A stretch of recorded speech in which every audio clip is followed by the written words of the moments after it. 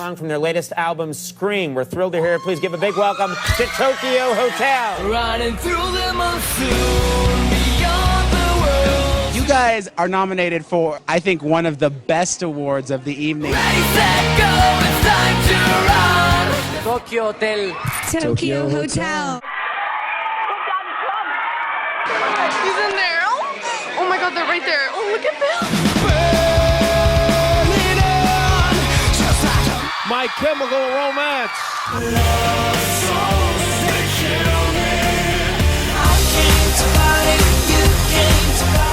Hey bitches, it's Jeffree Star. Today I'm interviewing Cinema Bizarre. It's really a kind of a big deal for us coming from Berlin, meeting Lady Gaga and getting invited by herself to open for her. I mean, she's the hottest around right now, so... Escape to the stars.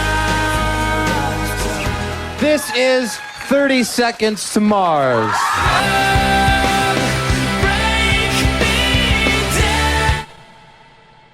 Hey celebrities, it's Vitaly and welcome back to Vitaly Space. I'm so happy to see you here today. First of all, we're testing out my new camera, so definitely let me know if you like the quality. Way better than my iPhone, right? And second of all, let me tell you something, I'm so excited for today's video. I wanted to cover this topic for a very long time, and since I have this alternative segment on my channel, the time has finally come. Today I'm paying some respect to people that raised me. We just need to talk about the golden era of the 2000s emo/glam rock bands. But I'm not gonna focus on the mainstream bands that we all know, such as My Chemical Romance, for example. Even though we're gonna talk about them too. When I was a young boy. But some of the bands that I'm also gonna mention today did not have a big fan base in the States, although they were still pretty well known, but definitely far away from the mainstream. And by that I mainly refer to the German projects such as Tokio Hotel and Cinema Bizarre. We're going right now. We're gonna go right now.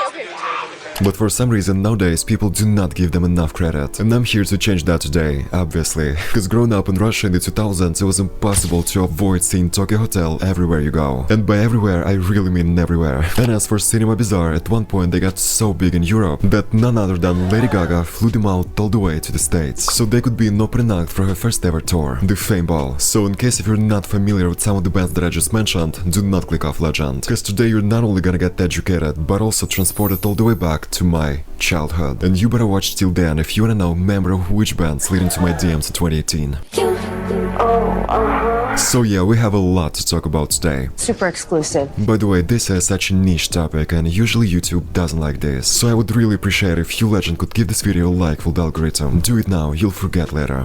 But before we get started, I have a confession to make. Don't skip this part, legend, let me explain. So, if you're familiar with my channel, then you know that the type of videos that I make requires a lot of work. Filming, editing, research, you name it. And with this busy lifestyle that I have, it's so hard to prioritize my health, which is the most important thing that we have, hands down. And unfortunately, my eating habits have been just terrible lately, and I'm definitely not eating the right things my body needs. And that's why today's sponsor, Nourish, has been a great place for me to get some counseling regarding my diet. Nourish is the easiest way to find a registered dietitian online and get it covered by your insurance. Maybe you're dealing with issues like me, or maybe it's weight management, eating disorders, diabetes, food allergies, among other things. Whatever that is, Nourish has hundreds of registered dietitians that provide personalized nutrition therapy to improve your health through sustainable behavior change. Signing up for Nourish was super quick and simple via their easy-to-navigate website. It's all online, so I can see my dietitian from the comfort of my own home, which is just perfect for me. During my first session, my dietitian Mary did a great job with helping me build a meal plan and teach me more things about nutrition so I can keep myself accountable. And the thing I like the most is that there is no crazy diets or restrictions. She just offers advice and knowledge, as well as overall support that I really need during this journey. They accept hundreds of insurance plans in all 50 states, with 94% of Nourish patients pay $0 out of pocket. So legend, do not waste any more time and go to usenourish.com/Vitaly to book an appointment with your personal dietitian. Once again, you should definitely check it out at usenourish.com/Vitaly. Definitely Vitaly Space approved.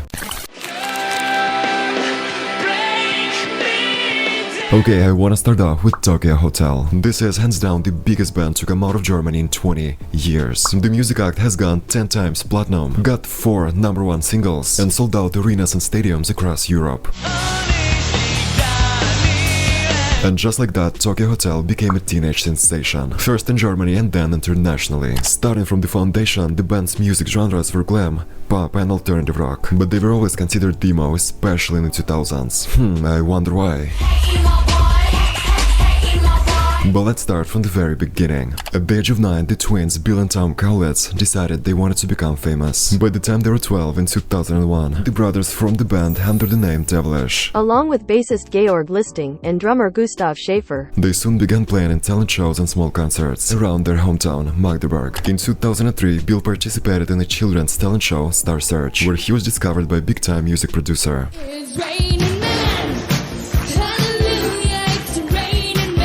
At the time, Devilish changed their name to Tokio Hotel. They began working with some of Europe's best-known producers and solidified their heartfelt stardom formula. Soon after, they were signed by Sony BMG, but shortly before the release of their first album, Sony terminated the contract. It wasn't until 2005 when Universal Music Group took the guys under contract and developed the marketing plan. The rest is history. Their first single, Through the Monsoon, quickly rose in the charts, eventually reaching number 1 in August of 2005. Their second single, Scream, climbed to the number 5 position in the German charts. Just so you know, in this video I'm gonna be naming the songs in English, for the better understanding of the audience, but obviously they've been releasing everything in German originally. But as soon as the crazy success followed, they translated and re-recorded everything in English too in 2007. Their debut album, Scream, was released in September of 2005 and was certified triple gold the following year, for selling over 300,000 copies in Germany. The band gained the attention of an entire generation like wildfire, not only for their looks, but also for their emotional lyricism. They sang about love, broken heart, depression, and issues that teens were facing at the time. That same year, they went on the most successful debut tour of Germany by new artists, performing for a crowd of tens of thousands screaming emo girls.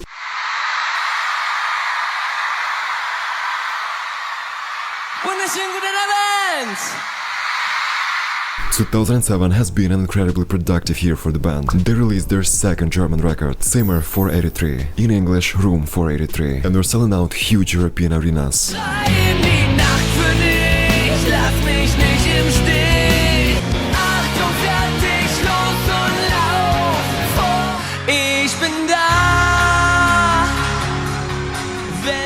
They went from playing small venues for 100 people to performing at the foot of the Eiffel Tower for a crowd of 500,000 screaming fans.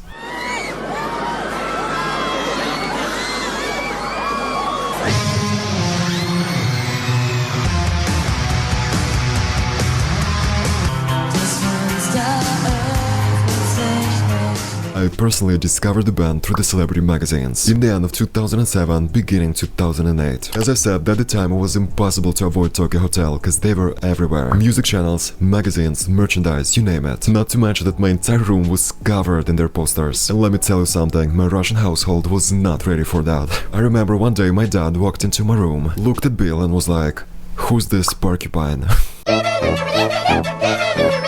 What do you know about being unhinged?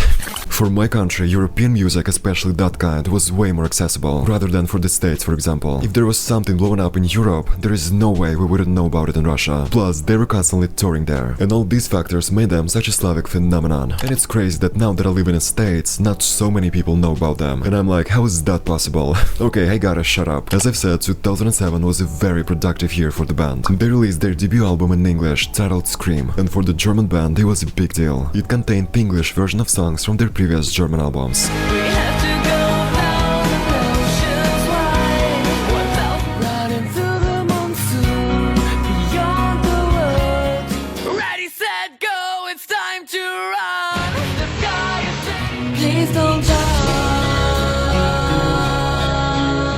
This is where their introduction to the American market began. Song from their latest album, Scream. We're thrilled to hear it. Please give a big welcome to Tokio Hotel.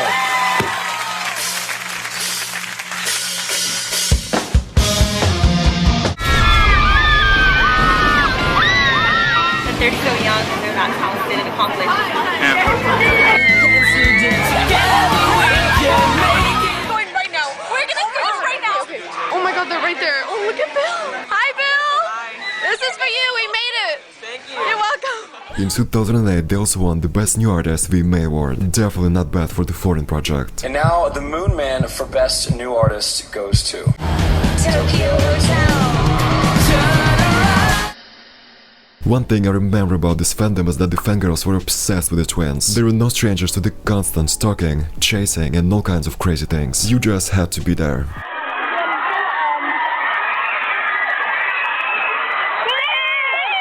Some of my friends that also are fans even started learning German just because of them. In 2009 they released their fourth studio album titled Humanoid. It was recorded in both German and English. On Humanoid the sound has shifted towards synth-pop, and it was definitely something new for the band. There's no real love in you.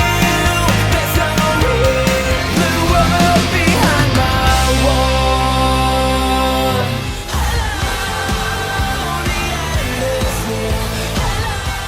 Okay, can we just take a moment and appreciate that dramatic music video? Jesus, I still remember the day of its release. At the time I didn't have a computer and my only device was this busted Nokia phone with 9 megabytes of storage on it. Yup, just one song was all I could have on that phone. Poor kid. So I would just illegally download the track by track from the album. Download one, listen, delete. Download the next one, listen, delete. And the same process for the entire album. What a time to be alive. In support of the album, the guys went on tour, which lasted until 2011. The same tour my parents didn't let me go to because we were so broke. But starting from 2012, I kind of grew up from that whole emo era. So that was the year when I stopped listening to Tokio Hotel that much, since I was getting more into the American pop music. Yup, the shift was real, but many years later I still appreciate Tokio Hotel for being such a huge part of me growing up. And recently I've been listening to a lot of their music again, and that's probably what inspired this video. By the way, fun fact, they were my first concert ever. In 2017 they came to Russia to promote their Dream Machine album, and I was there. The band is still active today. They recently released an album titled 2001. He's an unknown, yeah, and he don't care. Ja, wie heißt du? Wo kommst du her? Are you watching the video without liking it again? I caught you red-handed. While talking about German alternative bands, I just could not ignore Cinema Bizarre, also known as Lady Gaga's biggest German discovery. Cinema Bizarre was formed in 2005 in Berlin. The band consisted of 5 members: Strife on vocals, Kira on bass, Hugh Phoenix on guitar, my former crush by the way, Shin on drums and Luminor on keyboard, who was eventually replaced by Romeo due to his health conditions. Sadly, Luminor passed away in April 2020. In 2005, Strife, Hugh and Kiro met at Anime convention. They later found Luminor and Shin in an online chat, and that's pretty much how they came to life as a band. So Cinema Bizarre, I want to know the meaning behind that title. We have a pretty extraordinary look, and so we wanted to tell the people that it's good to be different, it's good to find your own thing, because usually when people call you bizarre, they mean it in a negative way, and we wanted to give it a positive flavor. And we are all big movie fans. In October of 2007, they released their first studio album, Final Attraction, including its 3 singles. Escape through the stars.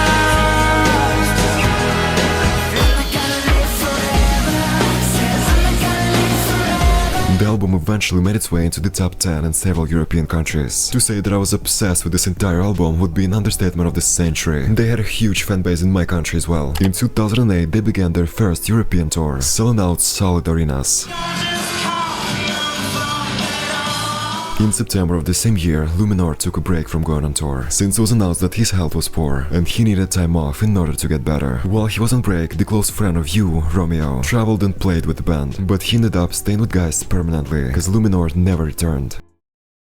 This place is a mess, the one has gone.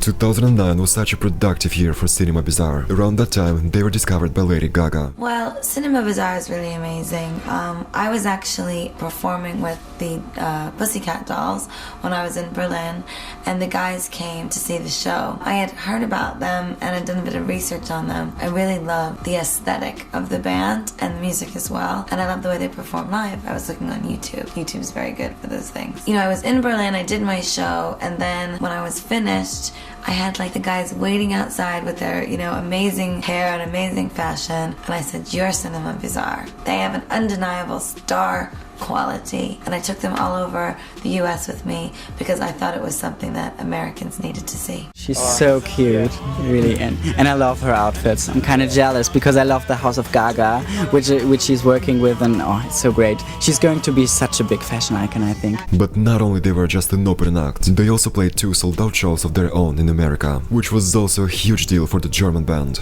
We just came to Los Angeles for the very first time, and now we're like going to the beach and having a good time. In 2009, they were making more and more appearances in American media, such as BuzzNet, Young Hollywood, and many other networks. Speaking of BuzzNet, I just need to bring up this Jeffree Star interview. Hey bitches, it's Jeffree Star, and we are at the BuzzNet offices, and today I'm interviewing Cinema Bizarre. Why don't Americans have cool names? It's like Jennifer, Lisa. I hate all that shit.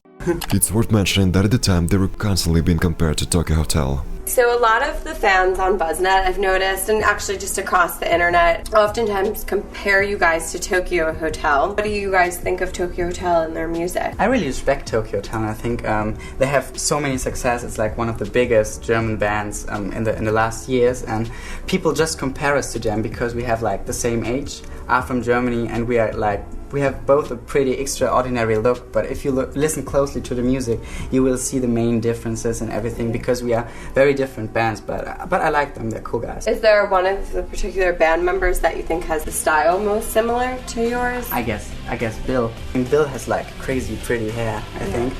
You're oftentimes compared to Cinema Bizarre. What do you think about their music and style? Really in this topic, I don't know so much about the group. I just saw one picture or something, and I don't know the music and the guys, I don't know, so... That year they also released their second album titled Toys. Its first single was titled I Came to Party, featuring Space Cowboy, who was very close to Lady Gaga at the time, by the way. I wanted to present with you some very dear friends of mine, Cinema Bizarre. And the second single was titled My Obsession. But all of a sudden in January 2010, the band has announced on MySpace that they would be going on hiatus. As a band, we reached the point in our career where it's time for us to start something new. We decided to discontinue working as Cinema Bizarre from now on and take a break, beginning from 2010. And that break turned out to be a lifelong one, since the band never returned to the spotlight. Now, whenever I talk about this band, I always mention this flex of mine. So in 2018, I decided to follow some guys from the band on Instagram. I believe I was having some impulsive nostalgia episode, and one of them not only followed me back, but also DM'd me the next day, and we've been talking for quite some time. I'm not gonna name drop, but Vitaly from 2009 would be shocked. For now, I suggest to move on to our American folks, My Chemical Romance. Just so you know, I'm not intending to put any of those bands in the same category or genre. They all different, obviously. I stumbled across My Chemical Romance when I first saw their music video on some of the channels, and their style instantly drew me into them. They look like nobody else in the music scene at the time. Emo, but at the same time completely different from Tokyo Hotel and other emo bands. I mean, obviously.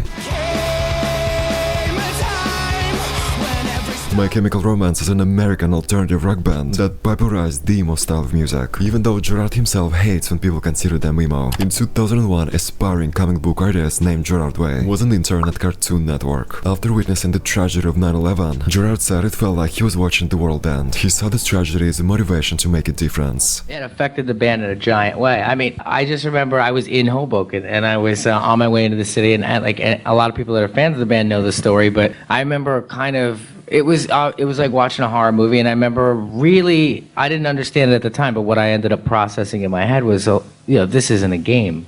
Like, this is, like, life isn't a game. Like, this isn't something you just waste. His cartoony work felt hollow, and he was compelled to pick up his guitar. He wrote the lyrics to Skylines and Turnstiles, setting the tone for what would become MCR's debut album. The 2001's I Brought You My Bullets, You Brought Me Your Love. You're not in this alone. Let me break this. The album became a hit in the underground New Jersey scene, but quickly gained traction due to the rise of the web. The guys were making a name for themselves. When they released their sophomore album, 3 Cheers for Sweet Revenge in 2004, the band had no idea the cultural movement they were about to unleash, building a reputation on its darkly striking look, as well as dramatic performance style.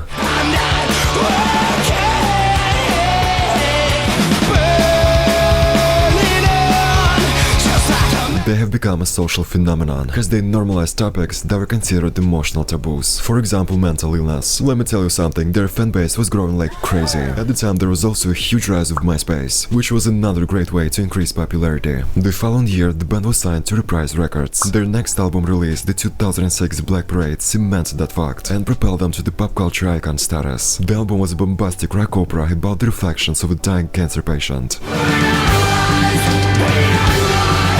Father Following their generation-defining Black Parade moment, the band released a more upbeat record, the 2010's Danger Days.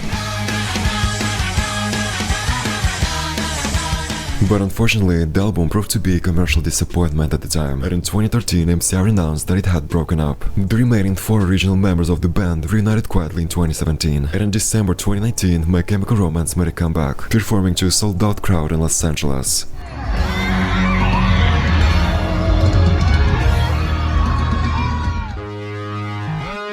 Okay legends, I think this is it for today's video. Please let me know if you're also a fan of some of the bands that I mentioned today. I cannot wait to read all of your beautiful opinions in the comment section down below. Let me know if you wanna see part 2 of this segment, cause with this video I was just testing waters basically. Your like is the biggest vote. And on this iconic note I will have to go, and I will see you legend in my next video this week. Follow me on Instagram at Vitaly for the record, and remember, your ex is Zef and toxic. The best way to make him bitter is to become successful. Bye legends!